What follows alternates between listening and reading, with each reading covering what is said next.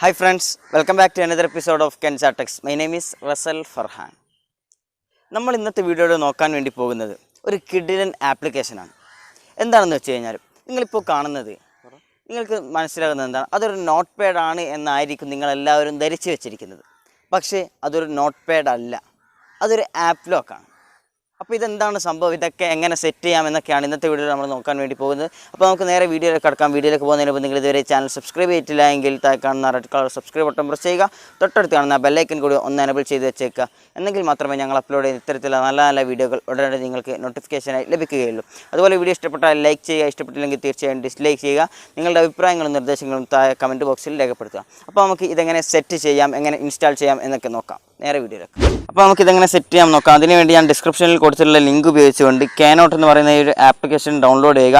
Download ചെയ്ത് install ചെയ്ത് open ചെയ്യുന്ന സമയത്ത് നമുക്ക് ഇത്തരത്തിലുള്ള ഇൻ്റർഫേസ് കാണാൻ സാധിക്കും. അവിടെ നമ്മൾ നെക്സ്റ്റ് എന്ന് കൊടുക്കുക.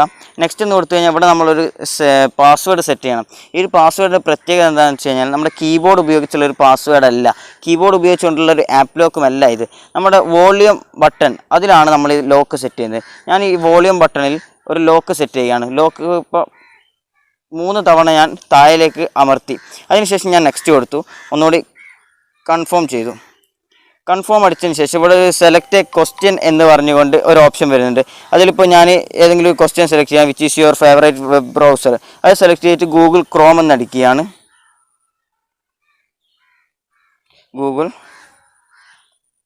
ഗൂഗിൾ ക്രോം എന്ന് അടിച്ചു. ബേക്കടിച്ച ശേഷം നെക്സ്റ്റ് കൊടുത്തു. അങ്ങനെ നെക്സ്റ്റ് കൊടുത്തു കഴിഞ്ഞാൽ ഫിനിഷ് എന്ന് കാണാൻ സാധിക്കും. ഓക്കെ, ഇവിടെ നമുക്ക് നോട്ട് പാഡ് ഓപ്പൺ ആയി വരുന്നതായിരിക്കും. ഈ നോട്ട് പാഡ് നമുക്ക് നോക്കി ആർക്കും തിരിയില്ല ഇതൊരു ആപ്പ് ലോക്ക് ആണ് എന്ന്. ഇവിടെ ഈ നോട്ട് പാഡിൽ നമുക്ക് ആപ്പ് ലോക്ക് ഓപ്പൺ ചെയ്യണമെന്നുണ്ടെങ്കിൽ നമ്മൾ സെറ്റ് ചെയ്ത് വെച്ചാൽ ആ ഒരു പാസ്വേഡ് ഇവിടെ എൻ്റർ ചെയ്യണം. അതിനുവേണ്ടി അവിടെ ആ ഒരു പാസ്വേഡ് അടിക്കുന്ന സമയത്ത് നിങ്ങൾക്ക് കാണാൻ സാധിക്കും ആപ്പ് ലോക്ക് ഓപ്പൺ ആയി വരുന്നതാണ്. ഇതൊന്ന് ലോഡായി നമ്മുടെ ആപ്ലിക്കേഷൻസൊക്കെ ലോഡായി വരണം.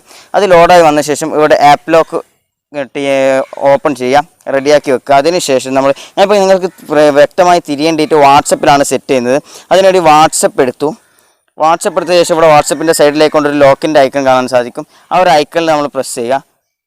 അപ്പോൾ നമുക്ക് അവിടെ ലോക്കായി. അപ്പോൾ നമുക്കിവിടെ ബ്ലോക്ക് എന്നൊരു ഓപ്ഷൻ കാണാം. അത് നമ്മൾ ജസ്റ്റ് ഒന്ന് ക്ലിക്ക് ചെയ്ത് കഴിഞ്ഞാൽ ട്രാൻസ്പെറൻറ്റ്, ബ്ലോക്ക്, കസ്റ്റം. അത് നമ്മൾ കസ്റ്റം എടുത്തു കഴിഞ്ഞാൽ നമ്മൾ ഗാലറിയിലൊരു ഫോട്ടോ ആഡ് ചെയ്യാൻ സാധിക്കും. അതെന്താണ് ഞാൻ പറഞ്ഞത്, രക്ഷിതമായി പറഞ്ഞത്. ഞാനിപ്പോൾ ട്രാൻസ്പെറൻറ്റ് എടുത്തു. അതിനുശേഷം ഞാൻ ജസ്റ്റ് ഹോം പേജിലേക്ക് പോയി. അതിനുശേഷം ഞാൻ വാട്സപ്പ് ഓപ്പൺ ചെയ്യുകയാണ്. വാട്സപ്പ് ഓപ്പൺ ചെയ്യുന്ന സമയത്ത് നിങ്ങൾക്ക് വാട്സപ്പ് ഓപ്പൺ ആയി വരും. പക്ഷേ ഇവിടെ ഒന്നും തന്നെ നമുക്ക് ചെയ്യാൻ സാധിക്കില്ല, ആർക്കും തിരിയില്ല. ഇത് ആപ്പ് ലോക്ക് സെറ്റ് ചെയ്ത് വെച്ചാൽ ആർക്കും തിരിയില്ല. ഇത് ഹാങ് ആയ രൂപത്തിലാണുള്ളത്.